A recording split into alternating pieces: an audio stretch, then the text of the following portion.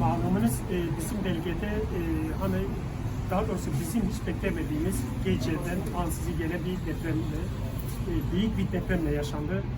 Bölgemizde 10 ilde yıkım var. Tabii bunda Urfa'da da nasibini aldı. Urfa'da da büyük bir yıkım var. Depremin saatinden itibaren elhamdülillah biz üye ve gönüllülerimizle sahadayız. Gerek sıcak çorba olsun, gerek barınma şeyi olsun, gerek yemek olsun. Bazı arkadaşlarımız da enkazda da çalışıyorlar.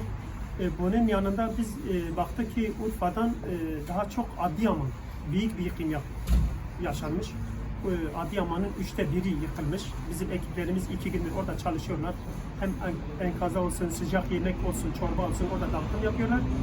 Bugün de itibaren biz 3. bir ekibimizle Maraş'a çıkardık. Şu an 4 tane aracımız yolda Maraş'a gidiyor. Orada da büyük bir yıkım var.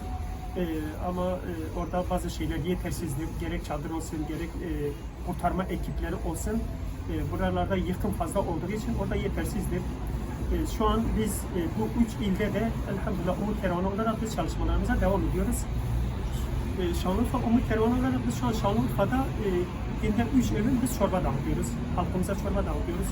Omaniye dağıtıyoruz. Hani enkazda çalışan ekiplere böyle kolaylık olsun diye. Ama Urfa halkı hepsi dışarıdadır, parktadır. Biz inşallah onlara çarpı ihtiyacı çoktur. Battaniye özellikle, battaniye ihtiyacı çoktur.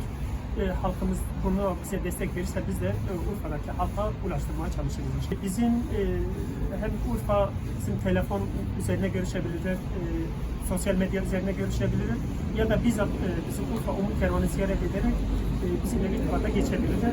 Biz de onların yapmış olduğu yardımları halka ulaştırırız inşallah. Bu dar günde inşallah biz o Müslüman halkı yanında olursak, biz birbirimize rahmet edersek Allah-u Teala da bize rahmet edecek inşallah. Hepimize geçmiş olsun. Ölenlere Allah rahmet eylesin, yaralılara da acil şifalar dileriz inşallah.